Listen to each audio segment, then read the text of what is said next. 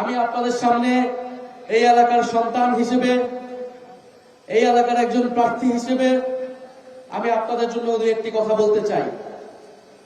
আমার জন্ম ঢাকার বেড়াইদের ফকিরখালী গ্রামে আমার জন্ম। আমি এই অত্র এলাকার সন্তান। এই বাড্ডা রামপুরাতেই হেসে খেলে আমার বড় হওয়া, আমার শৈশব কৈশোর কেটেছে এই অত্র এলাকার মাটি এবং ধুলোর সাথে মিশে। আমি জানি এই অত্র এলাকার মানুষ ঢাকার এত কাছে হওয়া সত্ত্বেও বহুদিন ধরে নানা অবহেলা এবং বঞ্চনার শিকার। আপনি বাড্ডা ভাটারার ভিতরের দিকে গেলে আপনার কাছে কখনো কখনো মনে হবে এটা যেন ঢাকা নয়, এটা যেন আপনি মফস্বলের কোন একটা এলাকায় এসেছেন। আমরা এরকম অবহেলা এবং বঞ্চনা এবং নানা অসুবিধার মধ্য দিয়ে এই এলাকার মানুষ জীবনযাপন করছে।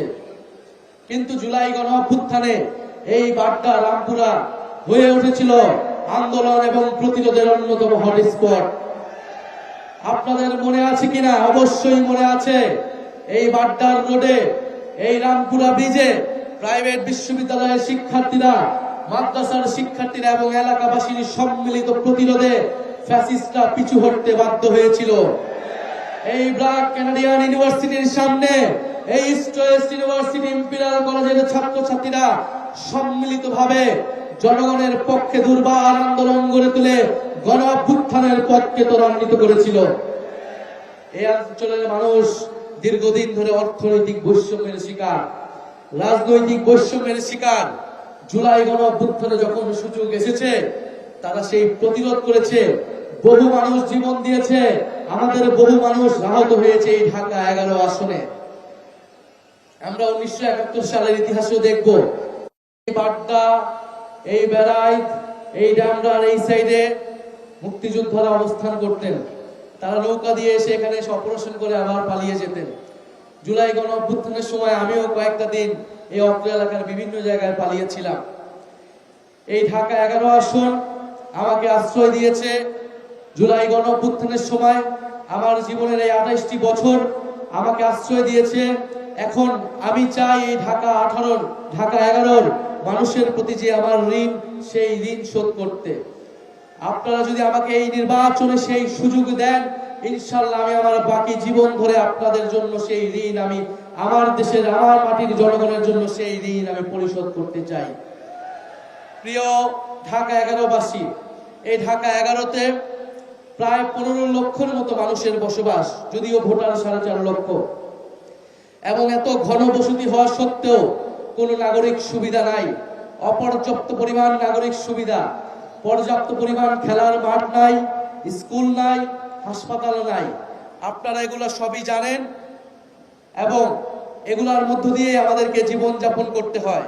আমি যদি আপনাদেরকে কিছু পরিসংখ্যান বলি, এই বাড্ডা ভাটারার প্রায় 70% মানুষ ইনফরমাল ইকোনমির সাথে যুক্ত, অর্থাৎ ক্ষুদ্র ব্যবসা এবং দিনমজুর খেটে খাওয়া মানুষ এই এলাকার সংখ্যা বেশি। এই এলাকায় শিক্ষিত বেকারের সংখ্যা প্রায় 8 থেকে 10%। কর্মসংস্থান নেই। স্বাস্থ্য খাতের প্রায় 100% হচ্ছে প্রাইভেট সেক্টরের উপর ডিপেন্ডেন্ট। কোনো সরকারি হাসপাতাল নাই এই অত্র এলাকায়। এই পুরা ঢাকা 11 আসনে একটিও সরকারি হাই স্কুল নেই। সরকারি প্রাথমিক বিদ্যালয় আছে মাত্র 15টি। ফলে শিক্ষা এবং স্বাস্থ্য পুরাটাই নির্ভরশীল হচ্ছে আপনার প্রাইভেট সেক্টরের উপরে। বর্ষাকালে প্রায় 60% রাস্তা সামান্য বৃষ্টিতে তলিয়ে যায়, জলাবদ্ধতা তৈরি হয়। আপনারা সেগুলোর মাধ্যমে আমাদেরকে জীবনযাপন করতে হয়। বাড্ডার মাত্র 30 থেকে 35% এলাকা পরিকল্পিত ড্রেনেজ সিস্টেমের আওতায়। বাকি যে 70% এলাকা সেটা অপরিকল্পিত ড্রেনেজ, নর্দমা এবং আশেপাশের খালগুলো সেটা পূরণ করে। এবং আমাদের যে আশেপাশে খালগুলো রয়েছে, রামপুরা খাল, শাহজাদপুর খাল, বালু নদী, এগুলা দখল করা হয়েছে। এগুলা নদী দখল করা হয়েছে, বালু ফেলানো হয়েছে। ফলে এই খালগুলো আর আমাদেরকে সেই সুবিধা দিতে পারে না। আমি যে চিত্রটি আপনাদের সামনে তুলে ধরলাম, ঢাকার অনেক অঞ্চলেই এই একই চিত্র। কিন্তু এই ঢাকা 11 একটা বিশেষত্ব আছে। এই ঢাকা 11 অন্যতম প্রধান সমস্যা আমি মনে করি রাজনৈতিক। এই অত্র এলাকার উন্নয়ন না হওয়ার পিছনের প্রধান সমস্যা হচ্ছে রাজনৈতিক কারণ। সেই রাজনৈতিক কারণটি হচ্ছে ভূমিদস্যু। এই অত্র এলাকার শত শত মানুষের জমি, শত শত খাস জমি, সাধারণ জলাশয় এগুলা দখল করে নেওয়া হয়েছে, ভরাট করে ফেলা হয়েছে, শত শত পরিবারকে নিঃস্ব করে দেওয়া হয়েছে। এবং যারা রাজনীতির ময়দানে ছিল তারাই ভূমিদস্যু হিসেবে এই কাজ করেছে অথবা ভূমিদস্যুদের সহায়তা করেছে। এই অত্র এলাকার গত 30 বছরের ইতিহাস হচ্ছে ভূমিদস্যুদের ভূমি দখলের ইতিহাস, জমি দখলের ইতিহাস, নদী দখলের ইতিহাস। 5ই আগস্টের আগে যারা প্রধান দুই দল হিসেবে পরিচিত ছিল তাদের এখানের স্থানীয় নেতারাই গত 30 বছর ধরে ভাগ বাটোয়ারা করে এই ভূমি দখল করেছে। তারা রাজনৈতিক কারণে বিরোধিতা দেখিয়েছে, ব্যবসায়ী স্বার্থে সবসময় তারা ঐক্যবদ্ধ ছিল এবং জনগণের বিরুদ্ধে ছিল।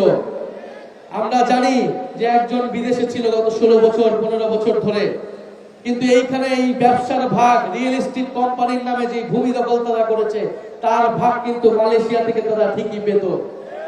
5ই আগস্টের পরে তিনি চলে এসেছেন, আর এইখানে যিনি দখলদার চাঁদাবাজি করতেন তিনি তার স্থানে চলে গিয়েছেন, আর মালয়েশিয়ার প্রতিনিধি এখানে এসে তার অফিস, তার গাড়ি দখল করেছেন। ফলে এই যে এক্সচেঞ্জ তারা করে জনগণের বিরুদ্ধে তারা সব সময় কাজ করে গিয়েছে। আগামী 12ই ফেব্রুয়ারি আমাদের সামনে সুযোগ এসেছে এই সকল ভূমিদস্যু, ভূমি দখলদার, চাঁদাবাজ, সন্ত্রাসী, ঋণ খেলাপিদেরকে পরাজিত করবার।